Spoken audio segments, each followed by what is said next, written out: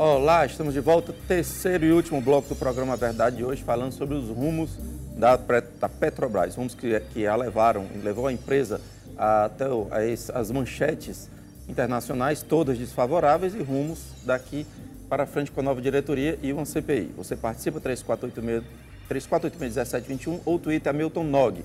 Participe ao vivo nesta terça-feira, lembrando que às sextas e aos domingos, sempre a partir das 23 horas, você vai estar conferindo as nossas reprises. Além de você que participa de casa, aqui conosco no estúdio estão hoje o deputado João Jaime, que é deputado estadual pelo DEM, o Democratas do Ceará.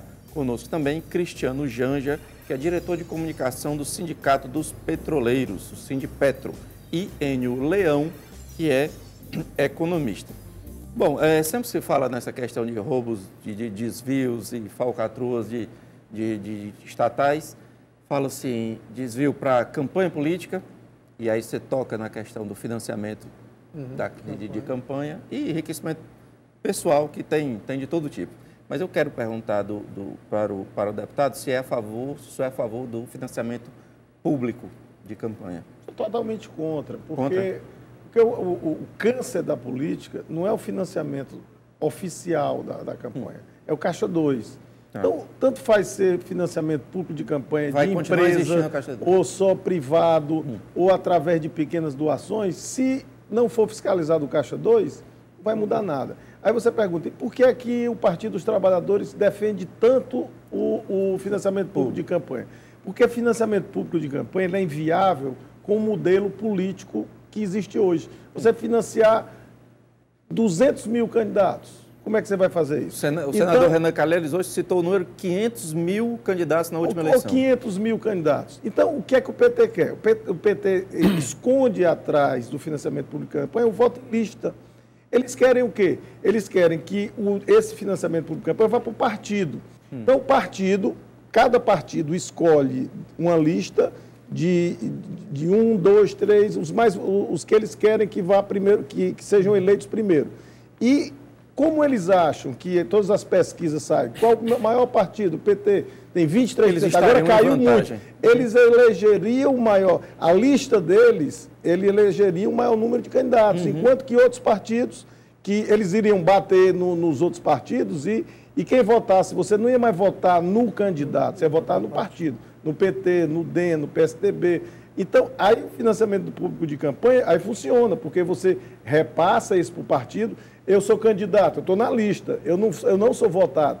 Então, é o meu partido que faz a campanha da legenda. Certo. Se o meu número lá, se o meu partido botar eu no primeiro ou no segundo, e o partido eleger 2, eu entro, senão eu não entro. Mas o eleitor, então, é tirar, o que o PT quer, é tirar da mão do eleitor, o direito do eleitor de escolher o seu candidato, a pessoa, e escolher o partido, e a partir daí dominar. Quer dizer, isso é um disfarce que não vai passar, porque já está vindo a público isso aí, e nos debates que já estão acontecendo, já está caindo a máscara que o que o PT quer é tirar o direito da população de escolher as pessoas, os seus candidatos. Enio, isso é impraticável de fato, 500 mil candidatos?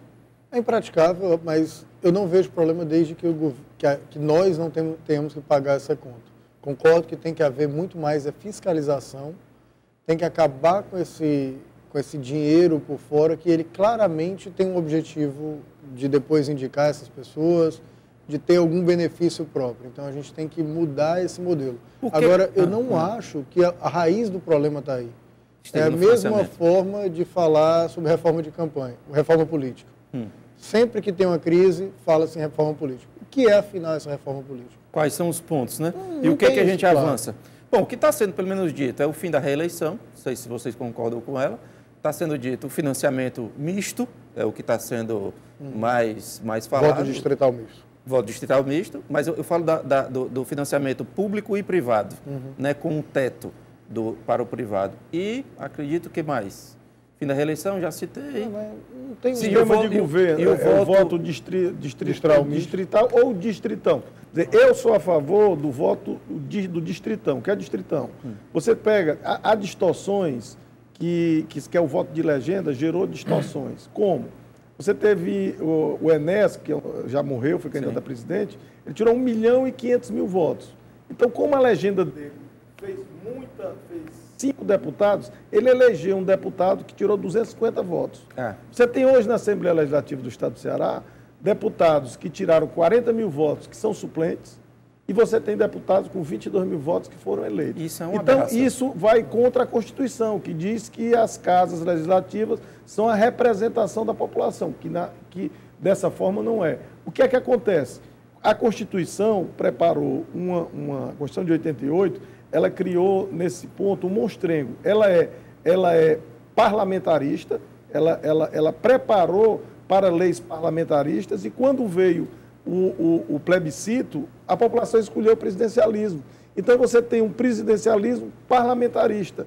Então, o que precisa haver é o seguinte: são 46 deputados estaduais, os 46 mais votados, independente de partido, seriam eleitos. É o mais justo. São 22 federais, os 22 federais seriam eleitos os mais votados. Você não precisava ter um candidato com 200 mil votos que puxa outros que tiraram 20 mil votos, em detrimento de quem tirou 40. A população quis eleger foi aquele de 40. E deu 2 vezes a votação do outro que foi eleito com 20. Não corre o risco daquele candidato celebridade, aquele que o pessoal vota porque é muito conhecido? Esse que celebridade é que faz essa distorção. Como porque ele puxa mais porque gente para dentro. Ele puxa mais gente. O Tiririca puxou aquele mentor, puxou vários deputados, ele coligou com o PT e puxou vários deputados do PT que tiraram 30 mil votos, 40 mil votos. Foram na onda do João, já quer se manifestar a esse respeito?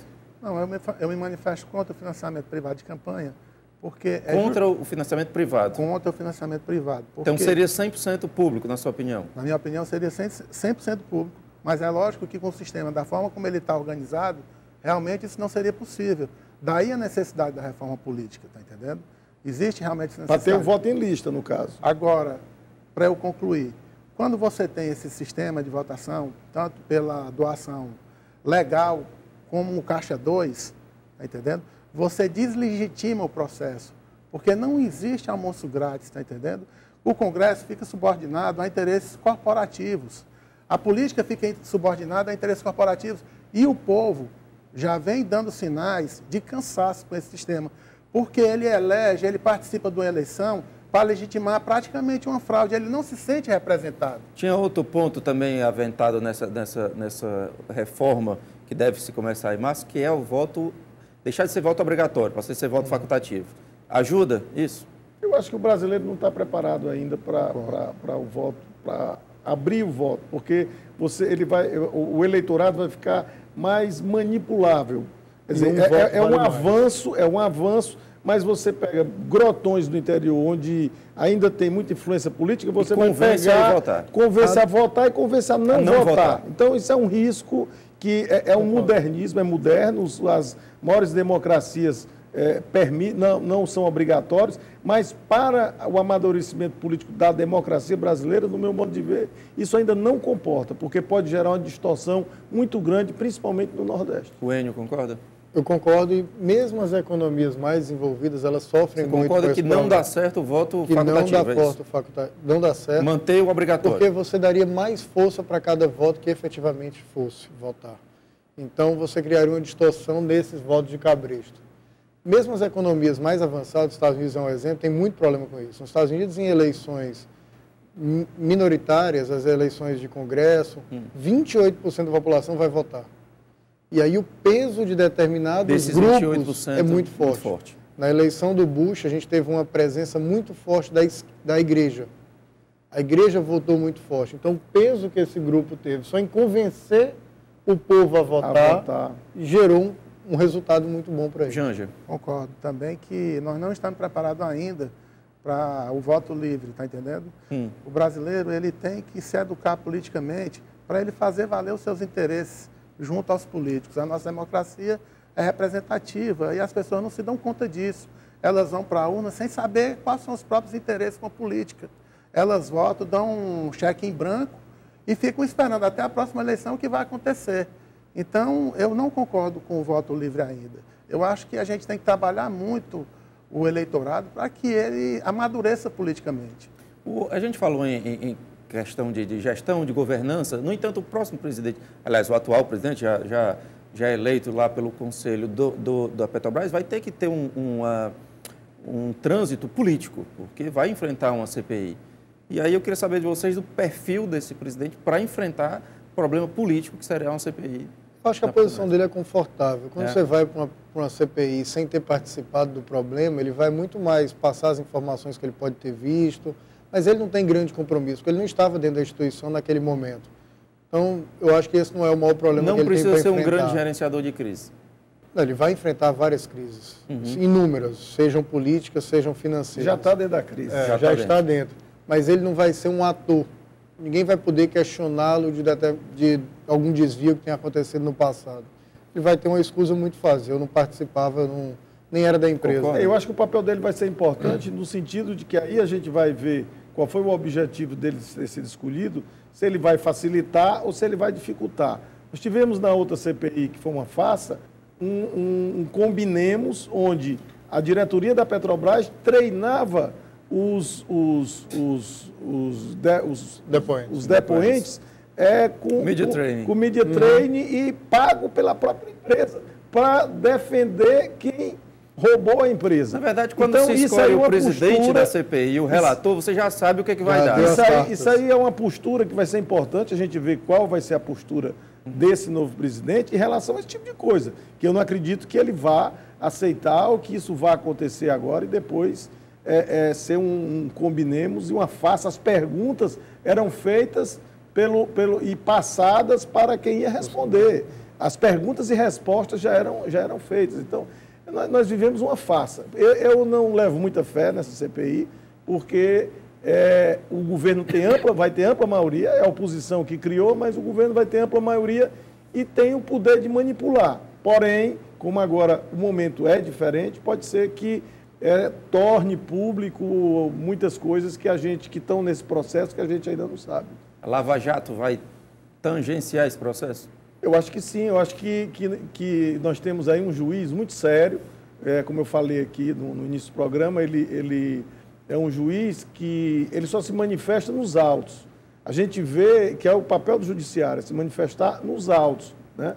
Enquanto o legislativo tem uma postura, o executivo tem outra, mas a gente vê desembargadores, juízes e até ministros do Supremo que querem ser vedetes, dar opiniões sobre processos, sobre temas que vão ser julgados pelo próprio Supremo, enquanto que o papel dele é se manifestar nos autos, ele vai ser o julgador, então ele não pode antecipar, nem pode querer que a opinião dele vá formar outras opiniões. O Janja se preocupa que a Petrobras que a mídia estaria passando uma imagem de que a Petrobras é algoz ao invés de vítima.